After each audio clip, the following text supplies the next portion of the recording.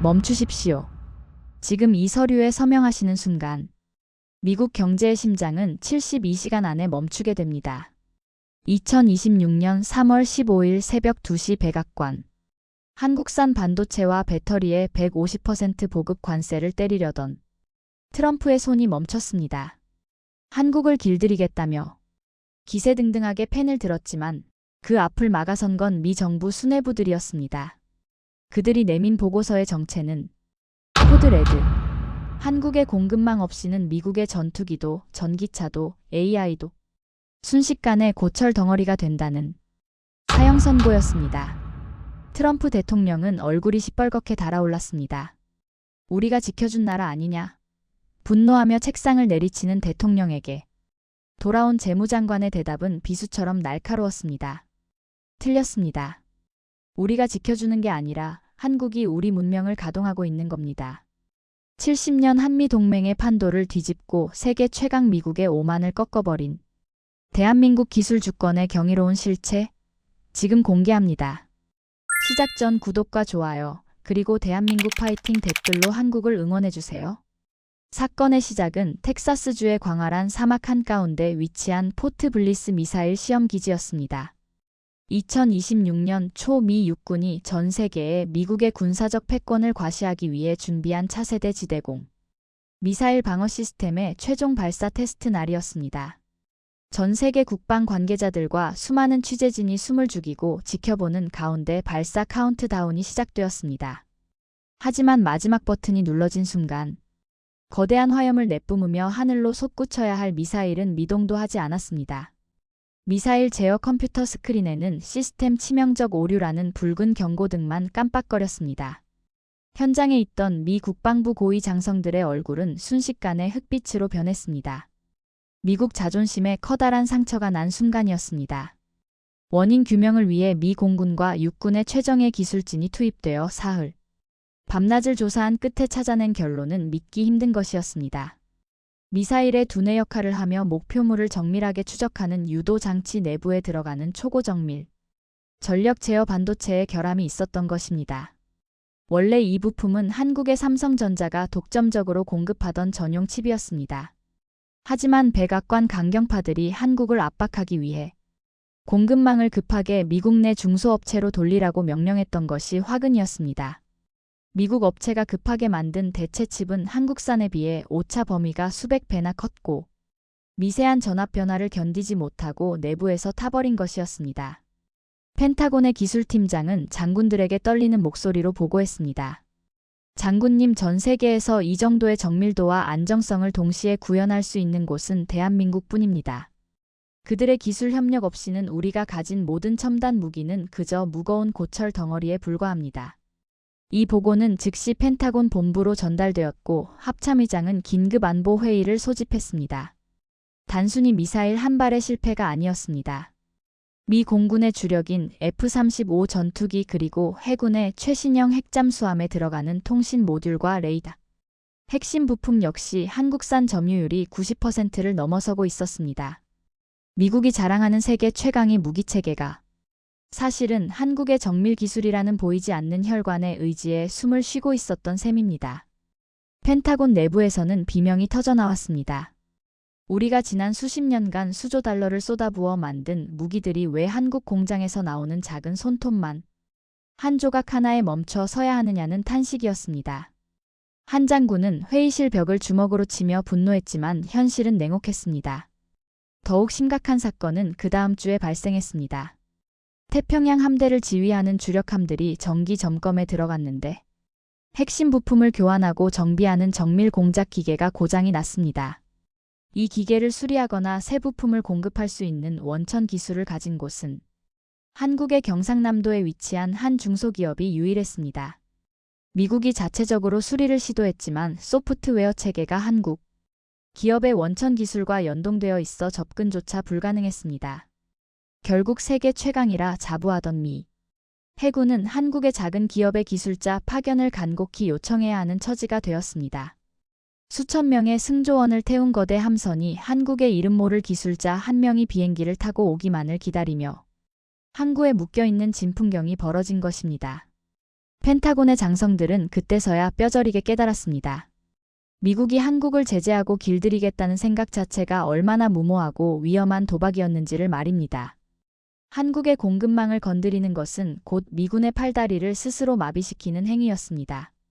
보고서에는 한국의 전폭적인 기술 협력 없이는 미군의 작전 수행 능력이 단 일주일 안에 구석기 시대로 돌아간다는 굴욕적인 결론이 담겼습니다. 이 보고서를 가방에 넣은 합참의장은 헬기를 타고 백악관으로 향하며 창밖의 워싱턴 시내를 바라보았습니다. 그는 처음으로 공포를 느꼈습니다. 한국이 마음만 먹으면 미국의 모든 무기, 스위치를 꺼버릴 수 있다는 사실은 그 어떤 적국보다도 위협적인 진실이었기 때문입니다. 국방부의 비명소리가 채 가시기도 전 이번에는 미국의 경제적 심장부인 실리콘밸리와 뉴욕, 월스트리트에서 거대한 폭동에 가까운 반발이 터져나왔습니다. 한국에 대한 보복 관세 검토 소식이 로이터 통신을 통해 긴급 보도되자마자 나스닥 시장은 개장 10분 만에 역사상 유례없는 폭락세를 보였습니다. 시장 전체에 서킷 브레이커가 걸리며 거래가 중단되었고 투자자들은 공포에 질려 아우성을 쳤습니다. 하지만 이것은 단순한 주가 하락의 문제가 아니었습니다. 미국의 미래를 책임지는 빅테크 기업들이 당장 생산 라인을 멈추고 파산 위기에 직면하게 된 것이 본질이었습니다. 가장 먼저 백악관으로 달려온 사람은 인공지능 시대를 이끄는 엔비디아의 최고 경영자 젠슨 황이었습니다. 그는 백악관 경제자문위원회 회의실 문을 열자마자 서류 뭉치를 내던지며 소리를 질렀습니다. 한국의 고대역폭 메모리인 HBM 공급이 단 일주일만 끊겨도 우리 회사가 만드는 인공지능 칩 생산은 전면 중단됩니다. 이건 우리 회사의 문제가 아니라 미국의 국가 패권이 걸린 문제입니다. 제발 그 미친 결정을 당장 취소하십시오. 엔비디아의 인공지능 시스템은 한국산 초정밀 메모리 없이는 그저 비싼 모래 조각에 불과하다는 사실이 그의 입을 통해 적나라하게 폭로되었습니다. 이어 애플의 팀 쿡 역시 직접 백악관 집무실로 전화를 걸어 최후 통첩을 날렸습니다. 그는 매우 격양된 목소리로 한국산 올레드 디스플레이와 메모리 반도체가 제때 들어오지 않으면 다음 달로 예정된 신형 아이폰 수백만 대의 출시가 완전히 무산된다고 통보했습니다.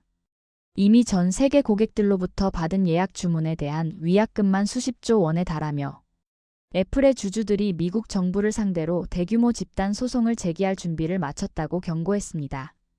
세계 최대 기업인 애플이 자기 나라 정부를 상대로 전면전을 선포한 것이나 다름없었습니다. 테슬라의 일론 머스크도 특유의 거침없는 언사로 백악관을 공격했습니다.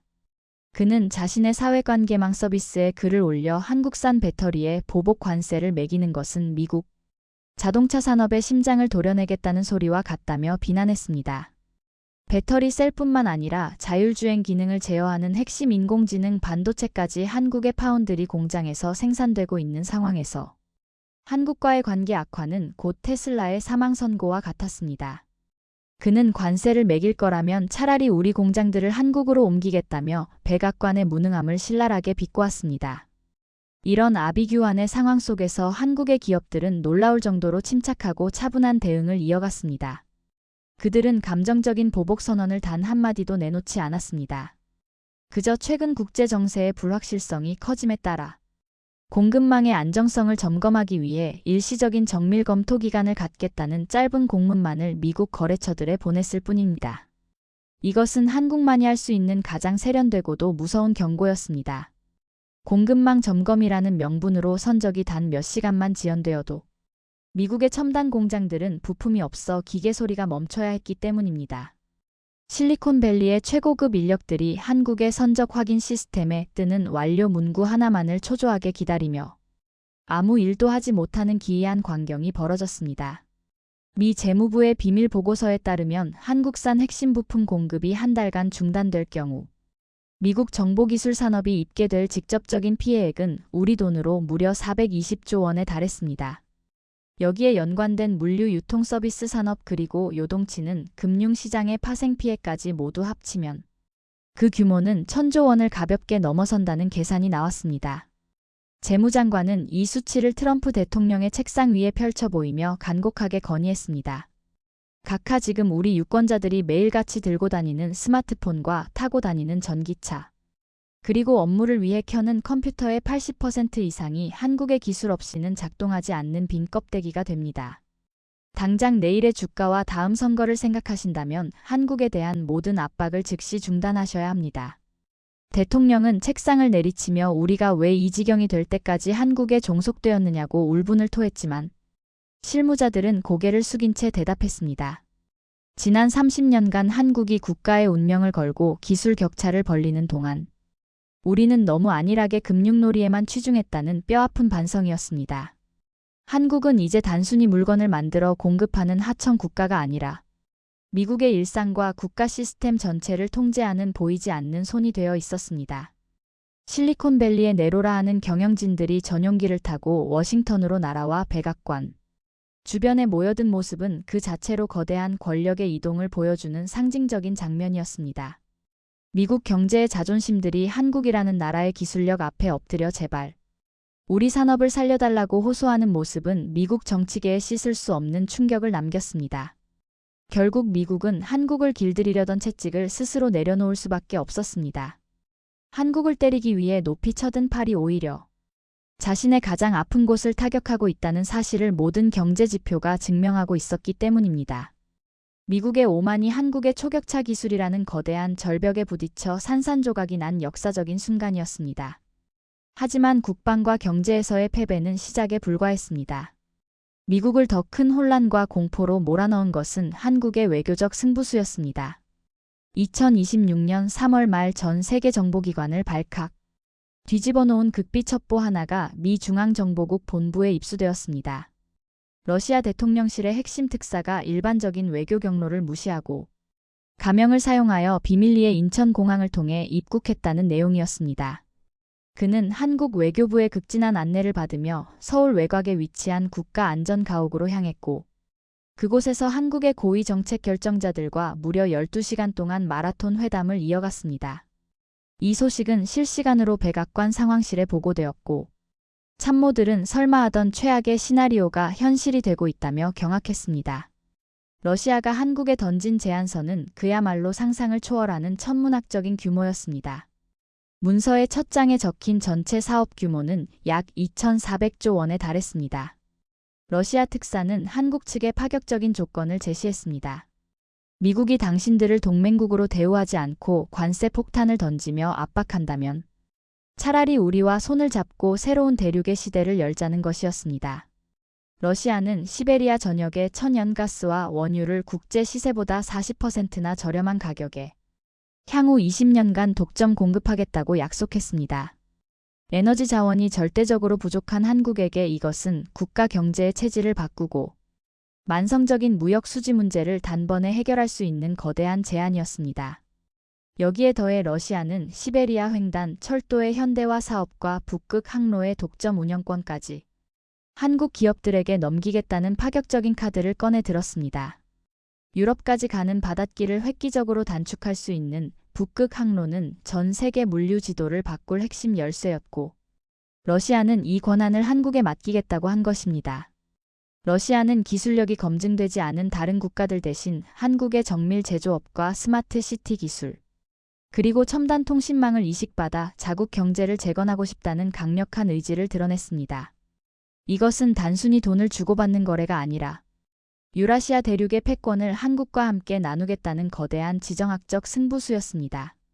이 첩보를 접한 백악관은 그야말로 마비 상태에 빠졌습니다. 지금까지 한국을 미국의 안보 우산 아래 있는 종속적인 나라로만 여겼던 그들에게 한국이 러시아라는 거대 대륙 국가와 손을 잡고 독자 노선을 걷는다는 것은 미국의 아시아 패권이 끝나는 것을 의미했습니다. 트럼프 대통령은 새벽 4시에 긴급 국가안보회의를 열고 하딩 보좌관의 멱살을 잡다시피 하며 분노를 터뜨렸습니다. 한국이 저 제안에 서명이라도 하는 날에는 우리가 지금까지 쌓아온 모든 대러시아 제재는 휴지 조각이 되고 미국은 국제사회의 웃음거리가 된다며 당장 이 사태를 해결하라고 소리쳤습니다. 그러나 한국 정부의 반응은 예전과는 완전히 달랐습니다. 과거 같으면 미국의 눈치를 살피며 해명하기에 급급했겠지만 이번에는 매우 당당하고 여유로운 모습을 유지했습니다. 미 국무부가 경위 파악을 위해 급하게 전화를 걸었을 때 한국 외교부 관계자는 차분하면서도 뼈있는 대답을 남겼습니다. 우리는 지난 70년 동안 미국에 가장 충실한 우방이었습니다. 하지만 미국이 우리 기업들의 숨통을 쥐고 관세라는 이름의 공격을 가한다면 우리도 국민의 안위와 미래를 위해 새로운 생존 전략을 찾을 수밖에 없습니다. 러시아의 제안은 대한민국 국가국익의 관점에서 매우 매력적인 조건입니다. 라고 말입니다. 이 대답은 워싱턴의 심장에 차가운 비수를 꽂은 것과 같았습니다. 한국은 이제 더 이상 미국의 명령을 기다리는 어린아이가 아니었습니다. 이미 스스로의 힘으로 세계 질서를 재편하고 강대국들의 운명을 결정지을 수 있는 캐스팅 보트를 쥔 거인이 되어 있었습니다. 백악관 내부에서는 우리가 한국을 너무 과소평가했다는 자책의 목소리가 터져나왔습니다. 한국은 이미 반도체와 배터리 그리고 세계 최고 수준의 방산 기술을 통해 전 세계 공급망의 뇌와 심장을 장악하고 있었는데 미국만 그 사실을 애써 부정하며 과거의 기억 속에 머물러 있었다는 지적이었습니다. 결국 트럼프 대통령은 예정되어 있던 한국 규탄 기자회견을 시작 30분 전에 전격 취소했습니다. 대신 그는 자신의 가장 신이 많은 보좌관에게 명령했습니다. 지금 당장 전용기를 타고 서울로 날아가라. 가서 한국이 원하는 모든 조건을 들어주고 어떤 일이 있어도 러시아와 손을 잡지 않도록 설득해라. 미국이 줄 수 있는 모든 혜택을 다 주더라도 한국은 반드시 우리 편에 두어야 한다고 말입니다. 세계 유일의 슈퍼파워라 자부하던 미국의 대통령이 한국의 마음을 돌리기 위해 특사를 파견하며 읍소하는 이 역사적인 장면은 70년 한미 관계사에서 주도권이 완전히 대한민국으로 넘어왔음을 보여주는 결정적 증거였습니다. 하딩 보좌관은 서울로 향하는 비행기 안에서 한국의 최첨단 기술 지표들과 러시아의 제안서를 몇 번이고 대조하며 손을 떨었습니다. 한국을 잃는 것은 단순히 동맹국 하나를 잃는 차원이 아니라 미국의 미래 경제와 안보 패권을 통째로 상실하는 것임을 그제야 뼈저리게 느낀 것입니다. 서울공항에 내린 그의 눈에 비친 대한민국은 더 이상 전쟁의 폐허에서 도움을 기다리던 나라가 아니었습니다. 세계에서 가장 현대적이고 강력한 에너지를 뿜어내는 새로운 중심지였습니다. 그는 공항에서 서울 시내로 들어가는 동안 끝없이 이어진 고층 빌딩들과 첨단 도로망을 보며 압도당했습니다. 그리고 그날 밤 하딩 보좌관은 자신의 일기에 이렇게 적었습니다. 우리는 한국을 지켜주었다고 생각했지만 사실은 우리가 그들의 기술력에 기대어 우리의 삶을 지키고 있었다. 우리가 오만하게 굴었던 시간 동안 한국은 이미 우리를 앞질러 저 멀리가 있었다고 말입니다. 이 모든 긴박한 과정을 백악관 사무실에서 지켜보며 홀로 조용히 눈물을 훔친 사람이 있었습니다. 백악관의 원로정책 고문이자 6.25 전쟁 참전 용사의 아들인 리처드 브레넌이었습니다. 그는 자신의 책상 위에 놓인 낡은 사진 한 장을 한참 동안 어루만졌습니다. 사진 속에는 젊은 시절의 아버지가 흙먼지 가득한 군복을 입고 폐허가 된 서울의 거리에서 한 어린 소년에게 건빵을 건네며 환하게 웃고 있었습니다. 그의 아버지는 1951년 혹독한 추위 속에서 장진호 전투를 치르고 살아남은 해병대원이었습니다. 아버지는 생전에 아들에게 한국에 대한 이야기를 들려줄 때마다 항상 눈시울을 붉히며 말씀하셨습니다. 리처드, 내가 전쟁터에서 만난 한국인들은 정말 특별했다. 도시 전체가 잿더미가 되고 먹을 것이 없어서 굶주리면서도 그들의 눈동자 속에는 결코 꺼지지 않는 불꽃이 있었다. 맨발로 눈길을 걸으면서도 우리 군인들에게 고맙다고 인사하며 우리는 반드시 다시 일어날 거라고 말하던 그 소년의 목소리를 나는 평생 잊지 못한다. 그 나라는 절대로 무너지지 않을 거다.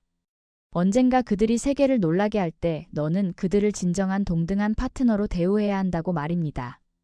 브레넌은 아버지의 유언과도 같은 그 말씀을 가슴 깊이 새기며 이번 사태의 종결을 지켜보았습니다.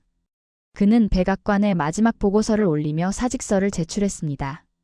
보고서에는 단 한 문장의 진심이 담겨 있었습니다. 미국의 오만함은 여기서 멈춰야 합니다. 우리는 한국을 보호한 것이 아니라 한국이라는 위대한 거인이 스스로 일어서는 과정을 70년간 지켜본 목격자였을 뿐입니다. 이제는 우리가 그들의 열정과 기술력을 배우고 진심으로 존중해야 할 시간입니다. 라고 말입니다. 실제로 서울을 방문한 하딩 보좌관 역시 용산에 위치한 전쟁기념관을 방문했을 때 말할 수 없는 감동과 전율을 느꼈습니다. 기념관 벽면에 빼곡하게 새겨진 수만 명의 미국인 참전 용사들의 이름을 하나하나 손으로 짚어보며 그는 다리에 힘이 풀려 주저앉고 말았습니다. 70년 전 잿더미 위에서 희망을 노래하던 소년들의 나라가 이제는 미국의 안보와 경제의 생사여탈권을 쥐고 있는 강력한 국가가 되어 자신 앞에 서 있다는 사실이 믿기지 않았기 때문입니다. 그는 한국 외교부 장관과의 공식 면담에서 평생 써본 적 없는 단어를 선택했습니다. 대한민국의 전폭적인 도움이 필요합니다. 우리가 범한 무례한 실수들을 진심으로 사과합니다. 이 사과는 한미동맹 역사상 미국 고위 인사가 한국에 전한 가장 낮고도 진실한 고백이었습니다. 잿더미 위에서 피어난 대한민국이라는 불꽃이 마침내 세계 최강국의 오만을 완전히 녹여버리고 진정한 존경을 이끌어낸 것입니다. 여러분, 이것이 우리가 살아가고 있는 2026년 오늘날 대한민국의 진짜 모습입니다. 우리가 단순히 물건을 잘 만들고 노래를 잘 부르는 나라인 줄 알았습니까? 아닙니다. 우리는 이제 인류 문명의 가동 여부를 결정짓는 결정적인 열쇠를 쥔 나라입니다.